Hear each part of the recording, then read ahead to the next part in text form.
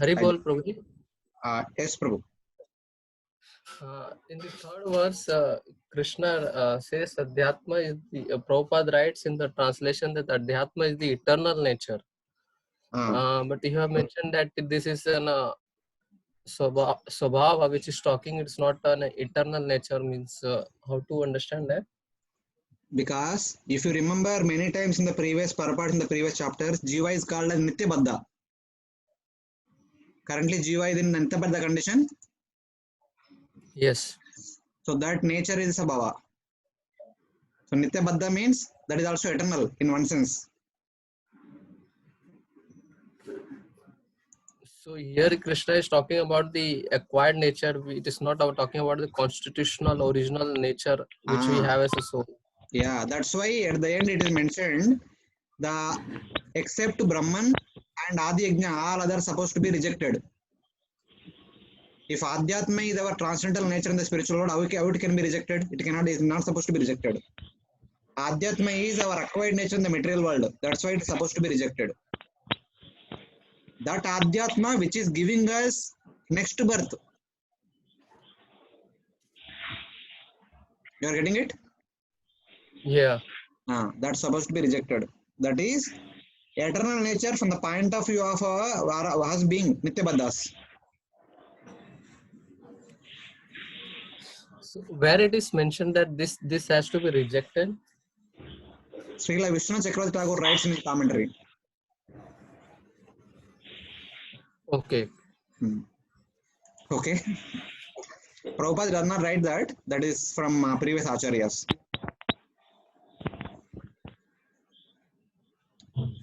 And more or less, whatever these details I am mentioning about this, this verse talking about this process, this verse is talking about this process, that understanding is from Vishnu Chakravarti Thakur. That is not from Prabhupada. Prabhupada mainly talks in his purports about the application of bhakti in our day-to-day activities based on our modern day context. But the previous acharyas have explained the process in general that has been described in the particular section of Bhagavad Gita. So this is a little bit additional things I am trying to provide to all of you in addition to our regular study of Prabhupada purports. Thank you, Prabhuji. So that we'll get the wholesome understanding of what is happening. Thank you, Prabhuji, for this giving additional information. No problem. Anyone else has any question? Otherwise, we'll go ahead with the sixth verse.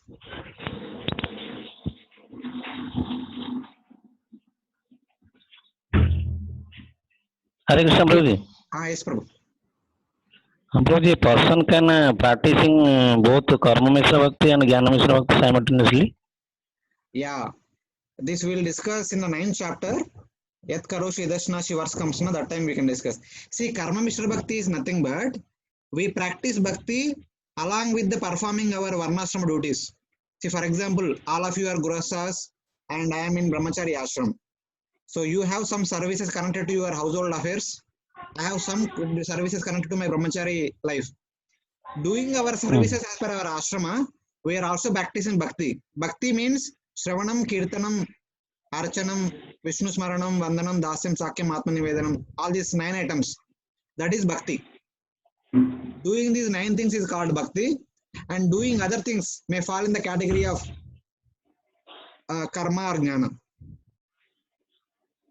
So doing our ashrama duties is called Karma, and also in addition to that, we are also trying to understand what this world is all about, and from Shastras and various other things. So that is can be called as Jnana Mishra Bhakti. And we try to understand what is Atma, what is Paramatma, all these things we are trying to understanding. But Shravanam, Kirtanam generally includes in the category of understanding about the Supreme Lord.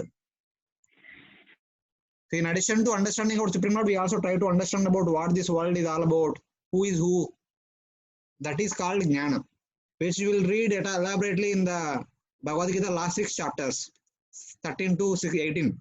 Then you see what exactly Jnana means. You get the clarity there.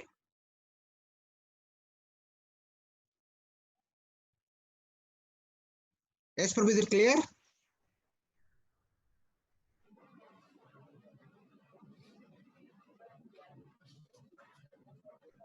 Hari bol. Yes, Prabhu. Can you describe more in detail the process of transmigration of soul? Means how does exactly the soul transmigrate into another body? Means does that happen immediately or it takes some time? See, those people who have done punya, after that they will go to Swarga and enjoy there. Then they come down and take birth as a human being. But those people who have done punya and also papa, the general understanding from Srimad Bhagavatam is whichever is less, first they will get that. Then they will go through the majority portion. So Bhagavatam says, if a person does 10% punya, 90% papa, then first they will go to Swarga, they will enjoy 10% punya, then they will go to Naraka, they will go through the punishment. Out of the 90% of papa, some portion, they will go through punishment in the hell. And the remaining portion of papa, they will take birth in the form of the lower species. Sometimes as a plant, sometimes as aquatic, sometimes as reptile, sometimes as beast, sometimes as bird. Having gone through all these species, then they will take birth as human being with the remaining amount of papa and punya. So sometimes that papa will take birth in the form of taking birth in a family which is in poverty, or taking birth with bodily disabilities. Such kind of results will come. And punya manifests in the form of taking birth in an aristocratic family or in a wealthy family with good intelligence, with good beauty. These are the signs of punya. So this is how the general transmigration takes place. This is my understanding. So the karma which Jiva has performed, so he get the means is it that some he get only the some portion of it, or it gets get into the cycle? Means we say that we have done the karma from the Anadi Kal.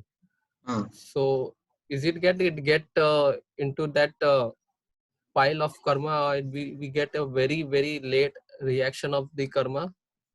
No, not like that. First in, first out. Whichever karma you have done first will manifest first. Something like that. There are 1,000 karmas, one by one will manifest. One after the other will gradually manifest. Not necessarily everything should manifest in one lifetime. So basically, in one human life, a person does a karma. So how much life he has to take to go through that reactions? That I don't know, Prabhuji. How can I know? It can be one lifetime, at 2 lifetimes, 100 lifetimes, 1,000 lifetimes, as per one's karma. Whatever one's karma decides, that will happen in the future. I can only tell you little understanding of how it happens. What is the general procedure?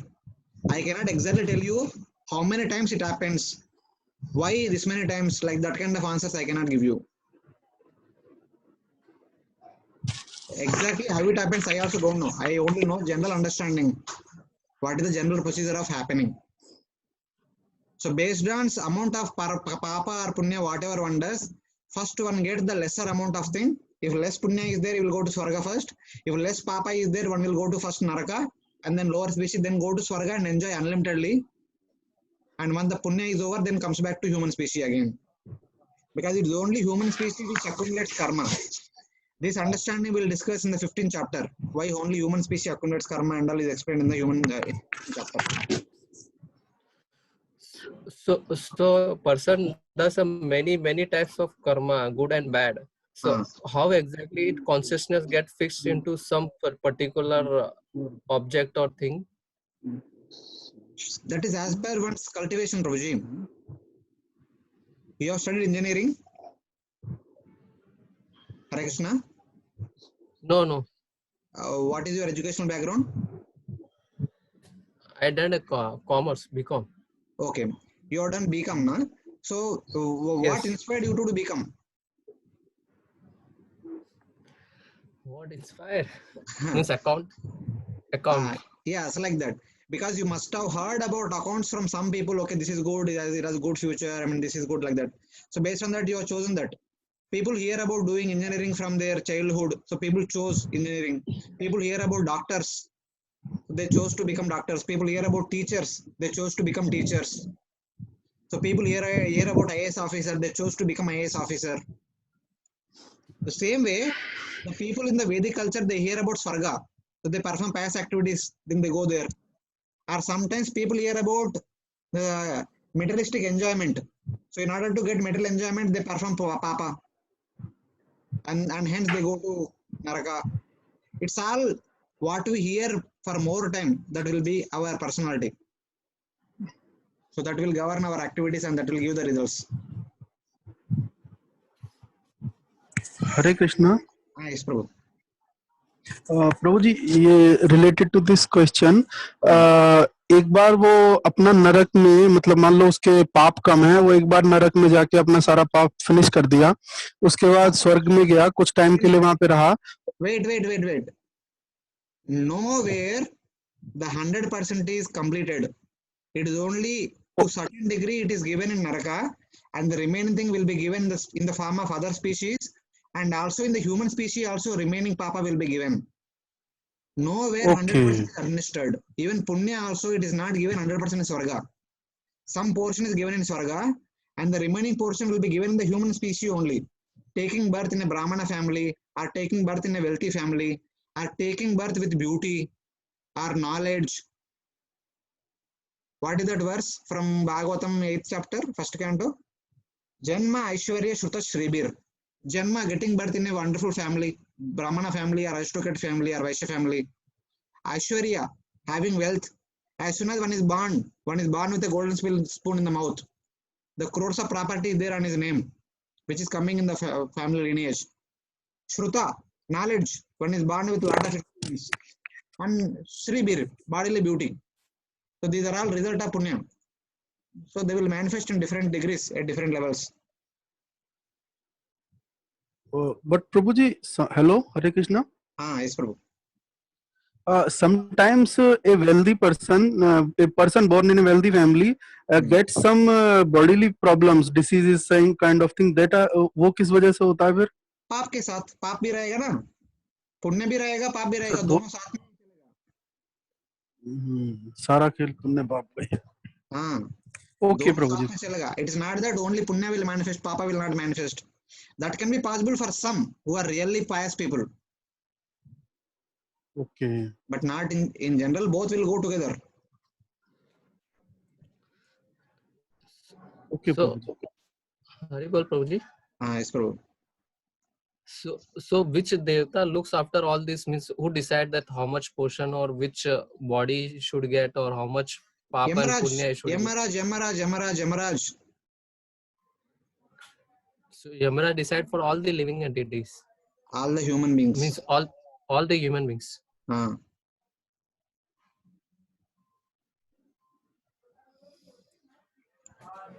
Because it is human species who accumulates karma. This we will discuss in the 15th chapter. So human species after their death they will go to Yamaraj, and Yamaraj decides where they are supposed to go. It is Yamaraj who decides us to take birth as a pig. He decides who takes us he decides that we should take birth as a dog, camel, horse, cow, buffalo, and then become human being. Yamaraj decides, and all other devatas assist him. I think lot of analysis is going on. We'll go ahead. Any others have question other than Sumit Prabhu and Prabhuji?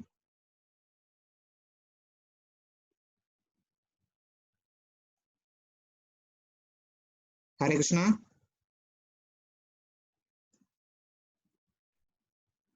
No, Prabhuji. Yes, go ahead, Prabhu. Okay, we'll go ahead. So, Sa Prayati. The Lord Krishna mentions is that Ya Prayati Madbhavam Yati Nasti Atra Samshaya. They will get my nature. So, what do you mean by getting my nature is mentioned here? So, these are the qualities when one obtains that nature of the Supreme Lord. But how exactly it happens? The details are mentioned from the next verse onwards. The method of knowing or remembering the Lord at the time of death is explained from verse number 16 to 19. All these verses will tell us how to remember the Lord, etc. at the time of death. It is not a rule that all remember me only at the time of death and attend me. Lord Krishna is very clear that everyone does not remember me at the time of death and does not attend me at their goal. Just as by remembering me one attains me, so by remembering something else one attains that object. That is explained in the verse number 6. Yam yam vapi smaran bhavam tajati ante kalevaram tam tam yevaiti kaunteya sada tadbhava bhavita. Whatever state of being one remembers when he quits his body, O son of Kunti, that state he will attain without fail. So here there is one question asked by one devotee. Humans born with mental disabilities, do they accumulate karma in that birth? See, when someone is born with mental disabilities, they cannot do any new activity in this life, and hence they do not accumulate any new karma. So they are freed from accumulation of any karma. They simply act as per the demands of the body. They don't have any decision capability. So thus they don't accumulate new karma. So this is my understanding, Mataji. So here in this verse, Lord Krishna actually gives a wonderful understanding about what happens with every person and what one's supposed to do in one's lifetime. So Lord Krishna says, Yam yam vapi smaran bhavam tajati ante kalevaram. Whatever one thinks about at the time of death, that kind of body, tam tam yevaiti kaunteya, that kind of state one will get after death. Whatever one thinks at the time of death, whatever bhava one has at the time of death, that kind of personality or that kind of object one thinks about it, one will obtain that after death. So state of being means not consciousness, not only the consciousness, but the personality or the thing that we think about. So tam tam yevaiti kaunteya sada tadbhava bhavita. So, but what determines our thoughts at the time of death? So Lord Krishna says, sada, whatever we think in general throughout our lifetime, for most part of our lifetime, that becomes the main thought at the time of death. And that will become our future birth. So this is the understanding Lord Krishna gives here. Whatever state of being one remembers when he quits his body, that state he will attain without fail. And this person is thinking about a cat at the time of death. So this must be his pet cat. So he will take birth as a cat in the next life. So that is simple. So here you see some nice understanding is given. And this person at the time of death thinking about his dog, which is sitting behind the bed. Though all his family members are crying, so he appears that he's saying to his family member that please take care of the dog. But eventually in the next life, his Atma enters into the body of dog's body and becomes a dog. So the Atma became a dog. And a person who is driving a car, but while driving, if he is thinking about money, but unfortunately, he had an accident. So in his next life, as per his karma, he got a cashier in the bank. And he always deals with the money. If his karma is only allowing him to become cashier, only becomes cashier. If his karma allows him to become a wealthy man, he might become wealthy man also. And if a person is a pure devotee who is thinking about Lord Krishna throughout his life and also thinking about Lord Krishna at the time of death, he will get Krishna after death. So this is the understanding of Sada Tadbhava Bhavita. Whatever one thinks about throughout one's lifetime, that is what one thinks at the time of death. and that is what one gets after death. Whatever object a person remembers at death attains that after giving up one's present body and the present state of mind. Presently, our mind is thinking that I am a human being, I should do all the activities like this, like this, like this. And in that consciousness, we also might develop affection to a particular species or particular thing. And we might meditate upon that particular species and that particular thing at the time of death. And we will get that thing in the next life. That is what is understood. So Bharata Maharaj, he remembered a deer at the point of death and became a deer. If you see the entire life of Bharata Maharaj, he was a king, great king, but he has given up all the attachments to king, the people, his family members, and then he went to forest. But eventually he remembered deer.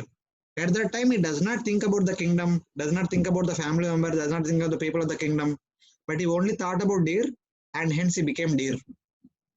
But he was a wonderful devotee, so his devotional service did not leave him. He remembered devotional service also. So the last thoughts at death are the subjects of previous thoughts. So whatever thoughts we cultivate throughout our lifetime, that will be the main thought at the time of death. So mind being controlled by previous remembrance, one attains a body according to the object one thinks of at the time of death. According to the object or according to the person one thinks of at the time of death, one gets in the next life. Being influenced by constant thoughts, bhava, bhavita, of that object, one becomes similar to the object. Tad bhava bhavita. This is the meaning of the last line of this verse.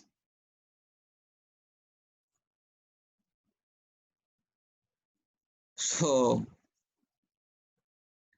here there is a question. If someone thinks of only pain, like cancer patients, what happens then? No, I don't know about pain, but this understanding is generally about a person or a fascination of having something for oneself. So it is that kind of understanding. So thinking about only pain, I don't know. I mean, don't take it in a negative way or in this thing. So this could be the result of our past karma. That our consciousness is completely immersed in experiencing pain only. So this may not be a cause for the future birth, but this is a result of the past activity. So in that way we can take, I mean, we should take it in a positive spirit, this one. So and then we should try to overcome it instead of negatively thinking about ourselves.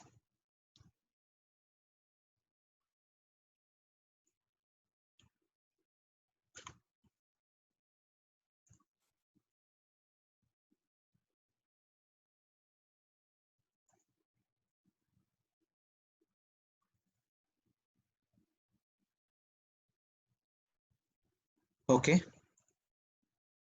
So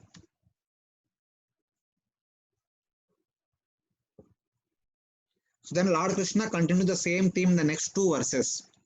Since the previous thoughts are the causes of the thoughts at the time of death, you should remember me at every moment and fight. So this is what Lord Krishna is telling Arjuna. Tasma sarveshu kaleshu mam anusmara yudhyacha mayarpita mano buddhir mam evaishasi asamshaya. Therefore, Arjuna, you should always think of me in form of Krishna, and at the same time carry out your prescribed duty of fighting. With your activities dedicated to me and your mind and intelligence fixed on me, you'll attain me without doubt. Yeah, that's why Lord Krishna says that Tasma sarveshu kaleshu mam anusmara yudhyacha. So Arjuna is a warrior, is a kshatriya, and currently supposed to fight. So Lord Krishna says, therefore, always think about me and fight. By thinking about me and fighting, Even by unfortunate condition, if you die in the battlefield, you will obtain me.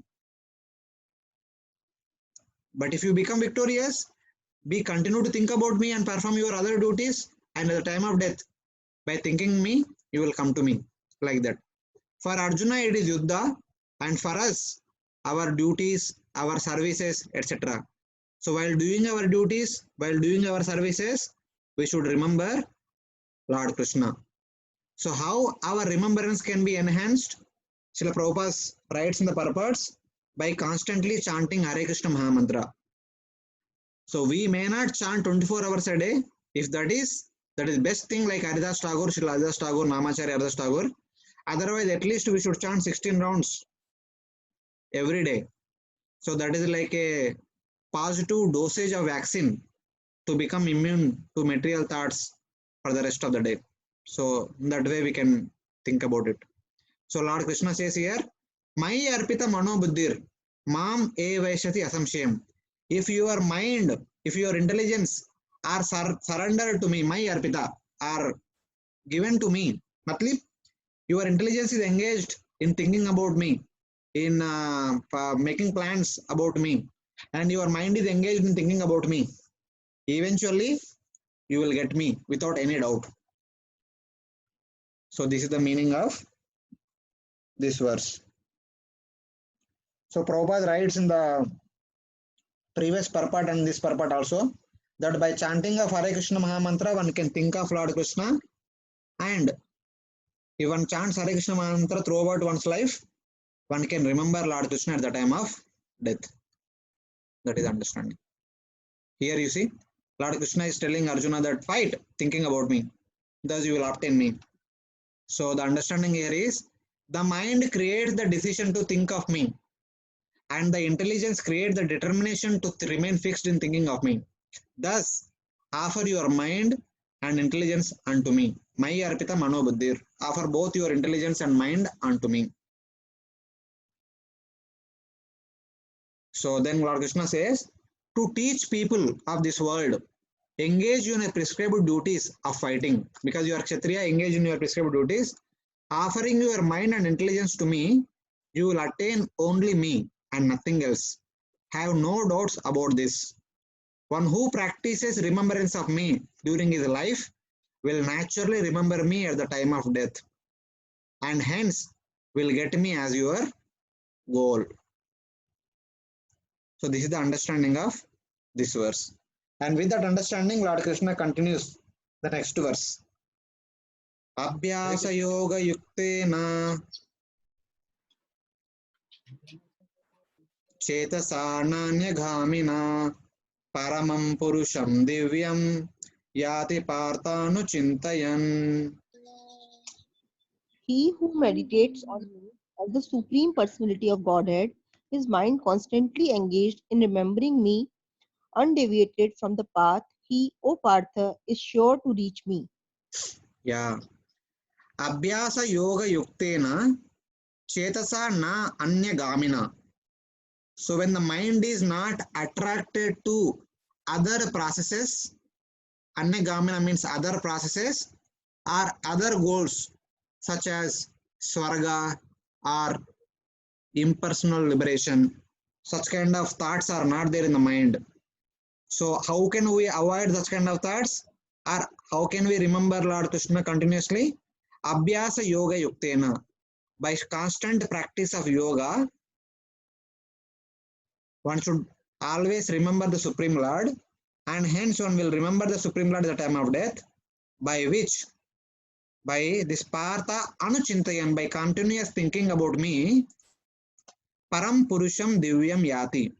One will go to the Param Purusham, who is actually transcendental. One will go to Vaikunta and get Lord Vishnu or Lord Narayana, the Lord of Vaikunta, as one's goal. So this is explained here. With consciousness unswavering, fixed on one point, Chetata na anyagamina, engaged in the function of remembrance by repetition. Abhyasa yoga means continuous remembrance by chanting Hare Krishna Mahamantra every day. contemplating on the Supreme Person, Vasudeva, Narayana, endowed with great opulences, a person, the sadhaka, becomes like the Lord, just as an insect remembering a bee becomes a bee. That person attains him alone, attain the Lord's abode and attain the Lord alone. So this is what is indicated here. So in the purport, Prabhupada writes, so in this verse, Lord Krishna stresses the importance of remembering him. Anuchintayan, constant remembrance by Abhyasa Yoga Yuktena. One's memory of Krishna is revived by chanting the Maha Mantra, Hare Krishna, Krishna Krishna, Hare Hare, Hare Rama, Rama Rama, Hare Hare. By this practice of chanting and hearing the sound vibration of Supreme Lord, one's ear, tongue, and mind are engaged. This mystic meditation is very easy to practice and it helps one attain Supreme Lord. So this is the process prescribed by Lord Krishna for devotees in the 8th chapter. By this practice, one will conquer the nature of the mind. One can attain Swarupya or other types of superior liberation, but not necessarily the various rasas like Dasya or Sakya. So this is for the normal devotee, not for the Ananya Bhakta. So they can attain Sarupya, Salokya, Samipya, this kind of superior liberations, but not necessarily the various rasas like Dasya, Sakya. Dasya, Sakya, Vasalya and Madhurya, they are primarily the prerogative of Ananya Bhakti. So this is how in this verse Lord Krishna describes. So now from verse number 9 to all the way up to 13, the 5 verses, Lord Krishna talks about Yoga Mishra Bhakti. Bhakti mixed with yoga. By the help of yoga, one can attain the constant remembrance of the Supreme Lord. That is being discussed in the next 5 verses.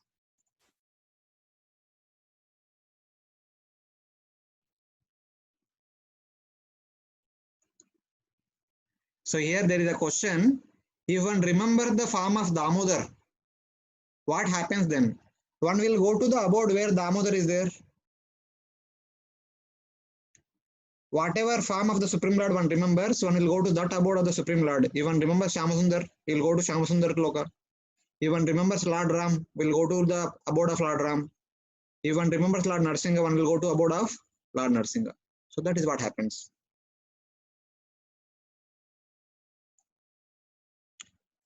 So now verse number yes, Prabhu.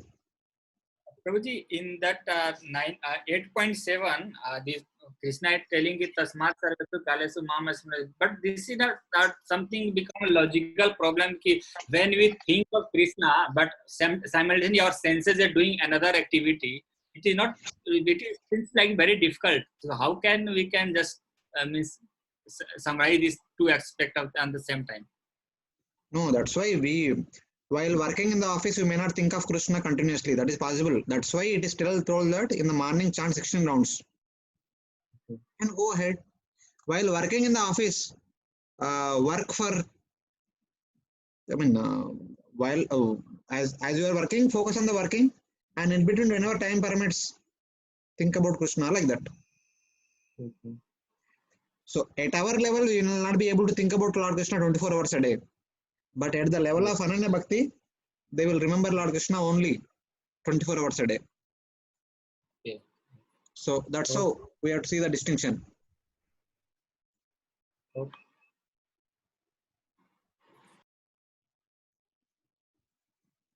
So now, without practice of yoga, it is difficult to withdraw the mind from the sense objects. Without withdrawing the mind from the sense objects, it is difficult to think constantly of the Lord. Then with this reason, therefore, one should execute bhakti along with some type of yoga practice. The Lord here, with this intention, the Lord here speaks of such bhakti mixed with Ashtanga Yoga. Yoga Mishra Bhakti in 5 verses, verse number 9 to 13, Lord Krishna speaks about Yoga Mishra Bhakti. Because yoga will help us withdrawing the mind from the sense objects and focusing the mind on the Supreme Lord. So this process is specifically meant for those kind of devotees who are practicing Yoga Mishra Bhakti, who are practicing Bhakti mixed with some parts of Ashtanga Yoga, mixed with the parts of Ashtanga Yoga. It is for them. So here it is mentioned, unwavering concentration of the mind mentioned in the previous verse is very difficult to achieve unless one practices yoga. Thus, Yoga Mishra Bhakti is therefore described in 5 verses. So, now, Anusmaran, that is mentioned in the previous verse, Anuchintayan, Partha Anuchintayan, Abhyasa Yoga Yuktena, Chetasa Nanyagamena, Param Purusham Divyam, Yati Partha Anuchintayan. So, Param Purusham Divyam, one should actually think about that Param Purusha. The question comes, who is Param Purusha? What are the attributes that I should think of? Now, verse number 9 talks about different attributes of the Param Purusha. And verse number 10 to 13 talks about how to remember that Param Purusha. The process is mentioned in those verses. So, this verse talks about different attributes of that Param Purusha. Kavim Puranam Manusashitaram Anoraniyam Shamanusmaredya Sarvasya Dataram Achintya Rupam Aditya Varnam Tamasa Parastat. One should meditate upon the Supreme Person as the one who knows everything, as who is the oldest, who is the controller, who is smaller than the smallest, who is the maintainer of everything, who is beyond all material conception, who is inconceivable, and who is always a person. He is luminous like the sun, and he is transcendental beyond his material nature. So, these are the different attributes of the Lord. And with all these attributes, one should always concentrate on the Lord. So, with that intention, Lord speaks this verse. So, when Lord Krishna says he is Kavi, Kavi means he is the omniscient person. He is the omniscient or highly knowledgeable person in that way. So, when Lord says that he is Kavi, somebody may question that, no, what is so special about him? There are many Kavis in the material world also. There are many people who know everything about everything, like 4 Kumaras, like Dattatreya, like other things. Then Lord says, no, he is Puranam. He is actually eternal. He is the oldest person of everyone. Then the person says, no, even the 4 Kumaras and other learned people of this world are also eternal. They are also as eternal as the Lord. Then Lord Krishna says, Anusashtaram. He is the teacher of the process of bhakti, where he appears in various incarnations and teaches how to execute bhakti. Then the person says that no, the people of this world also teach how to perform their sadhana. Kumara taught jnana, Dattatreya taught about yoga, and various teachers teach about various processes. Then what is so special about Lord? Then they say that he is Anor Aniyamsham, the smaller than the smallest. He is Paramatma. He is smaller than the Atma also. Then they say that even the Kumaras and other learned people, they are also Atma, they are also smaller. What is so special about him? Then Lord Krishna says that Sarvasya Dataram. He is bigger than the biggest. He gives shelter to everyone. He is actually the Karnodakshaya Vishnu. As Shurodakshaya Vishnu is smaller than the smallest,